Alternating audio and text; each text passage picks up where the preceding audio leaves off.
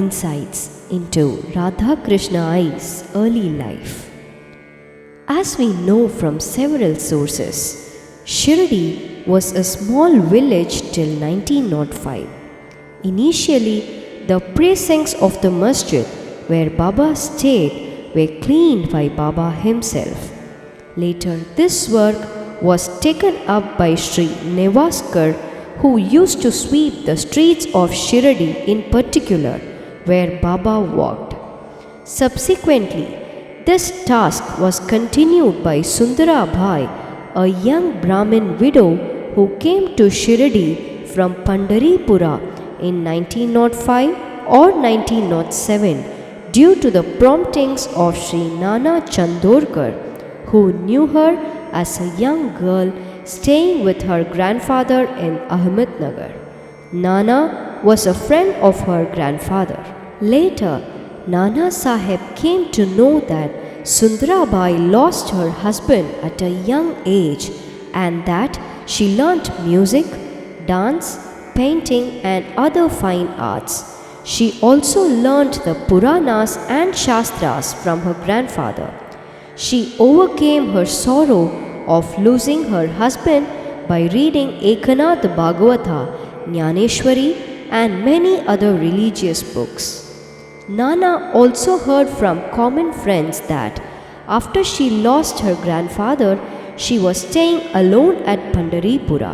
As gleaned from the book Radha Krishna Mai by Kotharu Sri Satyanarayana Rao, when Sundarabhai was born, her mother Maushi Bhai felt that a divine personage was born in human form as this child to get release from a curse.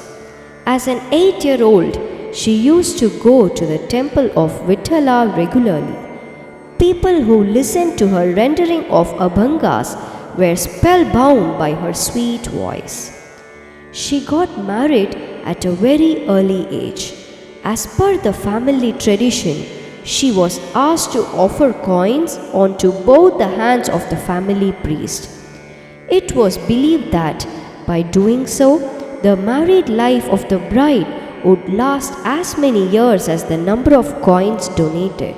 Sundarabai held back 2 coins in between her fingers and then donated the rest. The family was upset by this act, but Sundarabai was not. When her husband passed away, merely 4 days after the marriage, she took it as a divine will and was not unduly upset.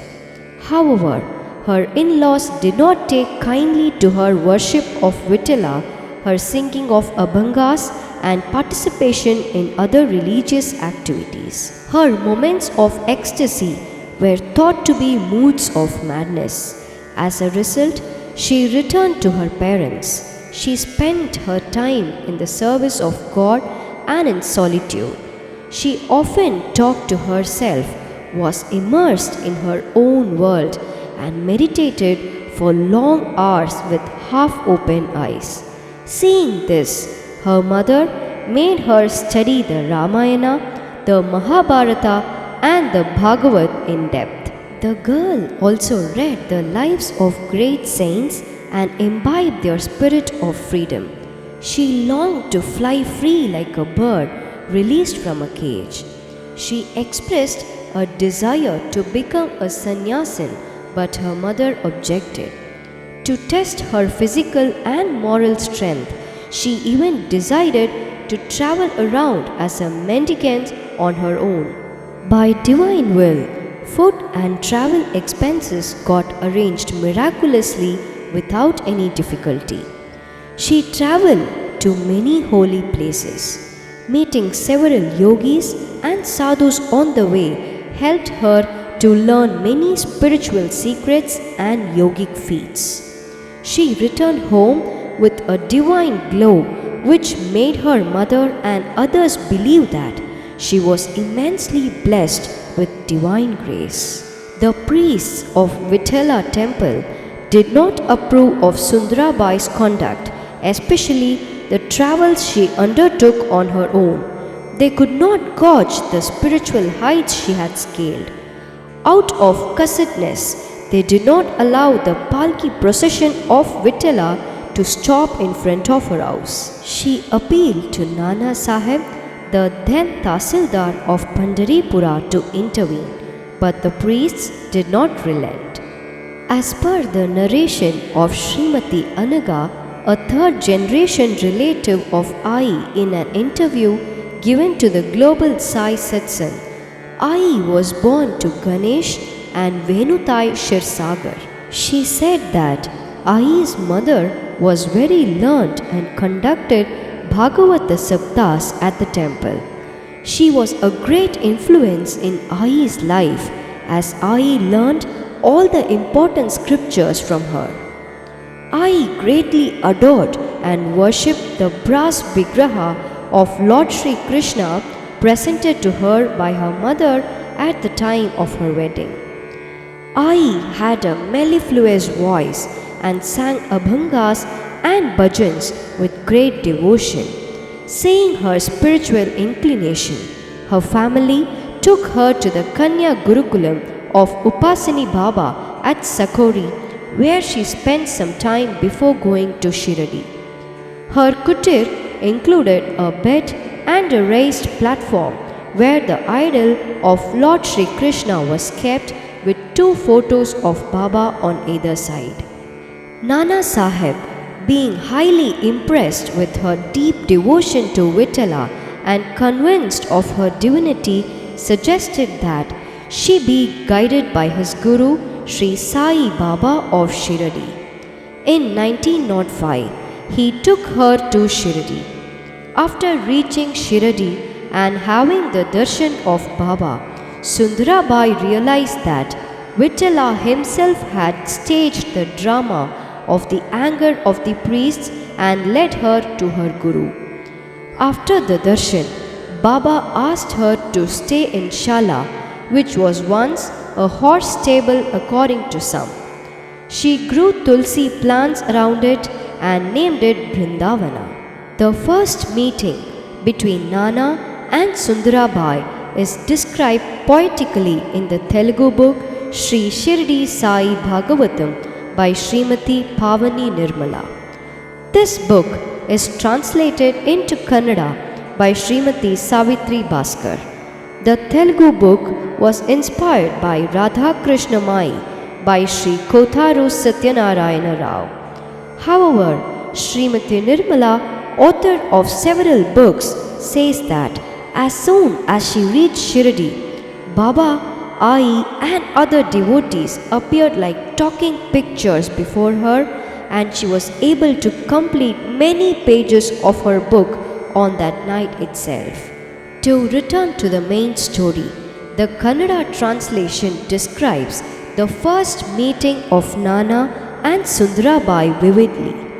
Nana knocks at the door of a small house with rangoli at the doorstep. A young married girl of about 20 years of age opens the door and on introduction says, "Come in, Kaka," and offers water, etc. I know Sundarabai Akka from a young age. I remember her marriage also. After what happened, Akka took it bravely and consoled Grandpa also. I come here to stay sometimes. Nana said, "You called me Kaka, Chiku." Her name is Bikubai. Chiku replied, "Akka has told me about you and her calling you Kaka when she was small. Akka knows everything: music, dance, painting and yoga. She has mastered Jnaneshwari, Eknath Bhagavatam, the Gospel of Ramakrishna and many other books. How she dances!"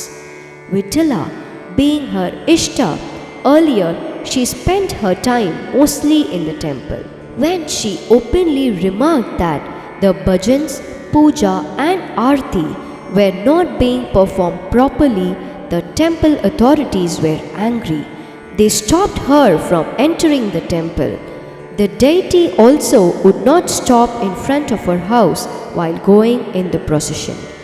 All the same, Akka continues to sing, dance and worship Vittala at home. This happened one day. The Devadasis were dancing in front of the deity being taken in a procession. There was no devotion in the song and dance of the Devadasis. Akka protested and the main dancer challenged Akka to perform. Akka took up the challenge to dance. She sang and danced to the bhajan Radha Krishna Vittala Hare, Panduranga Vittala Hare, Murlidhara Vittala Hare, Madhusudana Vittala Hare. It was indeed Radharani who danced. All the people who watched were spellbound. I narrated all these to show Akka's boldness, devotion and expertise in music and dance. Nana was amazed. He was now very eager to meet Sundarabai. Chiku tells him, Akka meditates for 1 hour in the first floor. Now let us go up quietly. Only 5 minutes are left. In the room upstairs, the picture of Vittala and a small idol of Sri Krishna and some other idols were there. Dhupa and Deepa were being offered. A young girl dressed in white, covering her head with the end of her sari, was seated on deer skin in deep meditation like a marble statue. Nana looked at the young girl as she got up from meditation. Her face was fresh like white jasmine. A smile adorned her lips on seeing Nana. The black flowing hair touched her knees. In her sweet voice, she said, Kaka, welcome. Did Chiku tell all the details? We will go down and have something to eat and talk. They started talking after eating food. Nana said, I am very happy to see your devotion and strong will and yoga sadhana.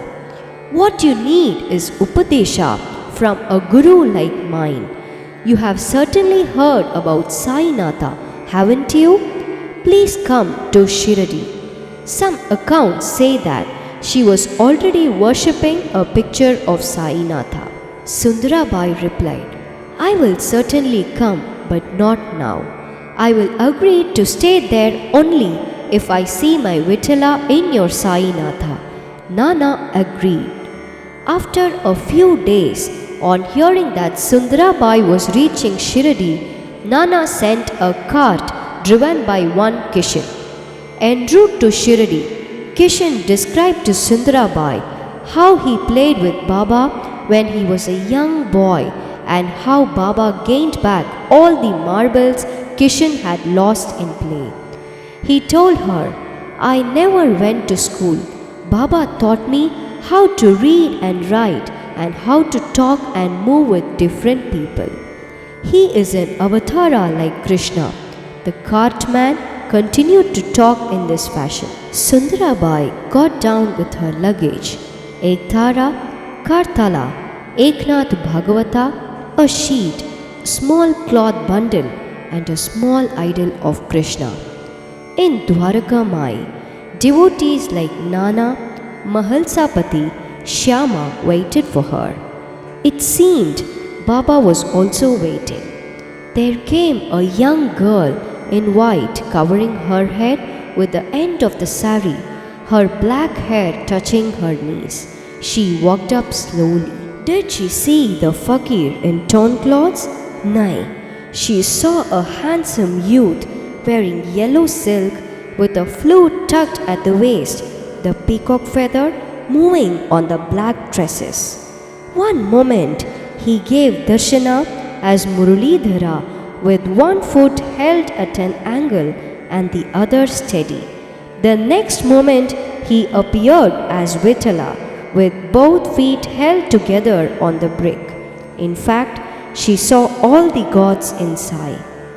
The melody of Meera rose up in a voice sweetened with prema. Chakra Rakhoji, O Shyama, make me thy servant in Brindavan so that I can see you every day, first thing in the morning, moving among the flowery bowers. And so Janabhai sings of Vittala as Likuruwala. Our Vittala has many children, Namadeva, holds his little finger. The songs flow in a torrent. Nobody moves.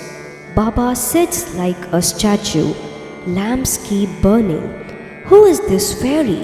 It is a silent question in every mind. The music stops suddenly. Sundarabai places the idol of Krishna at Baba's feet and bows down.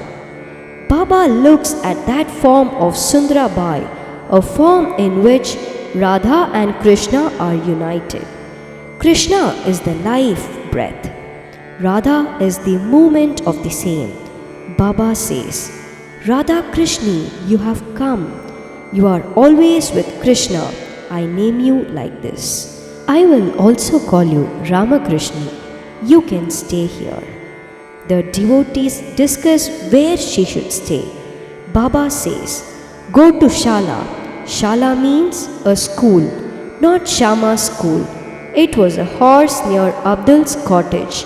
Like so many other places, this place has also changed. Later, Baba used to call this Shala as Brindavana. We may recall that Baba often referred to Eknath Bhagavata as Brindavan Pothi.